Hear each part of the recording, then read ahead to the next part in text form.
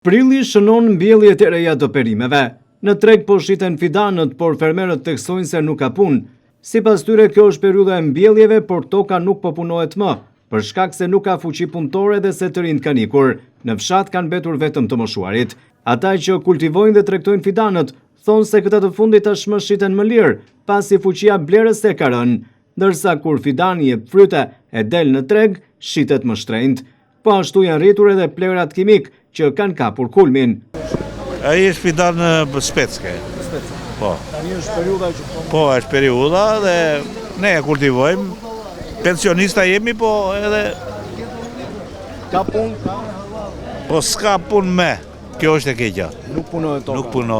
Nuk po punohet me. Kush zgjen? Kanë vetë vetëm plejt, ata të vobektit nuk kam me punë. Po kush mbjell tani? Kush janë ata që mbjell? Po janë neve moshatartë.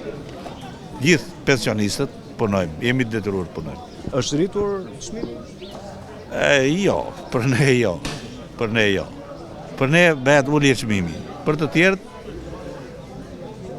kur vjen puna që blejmë, e blejmë më shtrenjtë. Për të shitur e shesim më lirë, se s'ka fuqi blerse. S'ka fuqi blerse. Fidani shitet më lirë Më dhe lirë. kur bëhet frutë më shtrenjtë. Kështu e që është e kundërta asaj që duhet ishte. Po plerat kimike këto janë? Këto janë rritur në kulmit. Një thez DAP bën 50.000 lek, 50 kg. DAP tunizian, vajta atje për të blerë, 50.000 lek. Thez. Prandaj është problem i madh kjo. Që duhet ta zgjidhin qeveria që as po e ve ujtë në zjarr fare. Prandaj jemi shumë mrapa me këtë punë. Janë premtime poshtë të gjitha që thuan edhe Domate, speca, patlıgjane, i mbjellën vetë, po. Për veten tuaj apo? Për veten tonë, Konsumoni vetë nuk është e shit. Për veten. Janë shtrenjtuar plerat kimik, fidanët, Ka rritje çmimi të plerave. Si të pleu organik dhe pleu kimik. Është më shtet nga vitet e tjera. Këto vite është rritur më shumë. Po, ka. Po detyrimisht nafta janë gjitha që ndikon nafta, ndikon. Gjithsesi ju mbillni. Do mbjellën, i mbjellën vetë. Speck, patlıgjan, domate, trangull, sharqi. Keni punë ka pati? Tash është fillimi, po.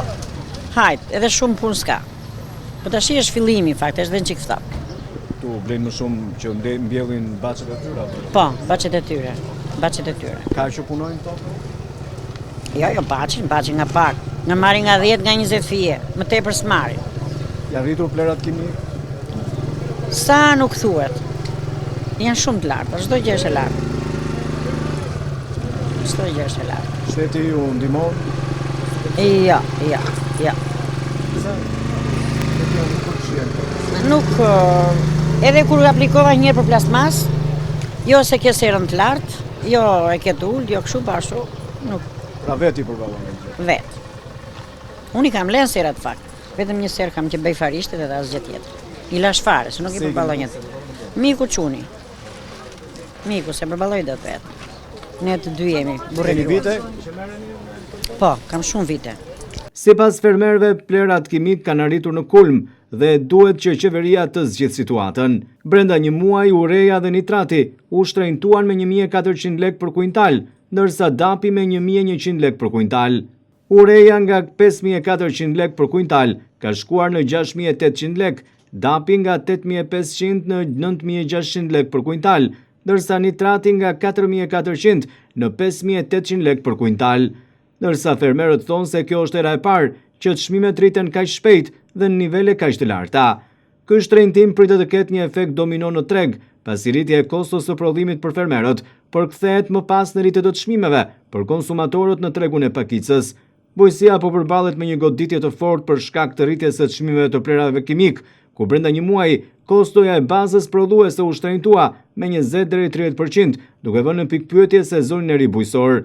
Sipas tregtarëve, shkak është lufta në lindjen e mesme, që ka sjellë dhe rritje të naftës, ndërsa fermerët ankohen se nuk përballojnë dot koston e lartë.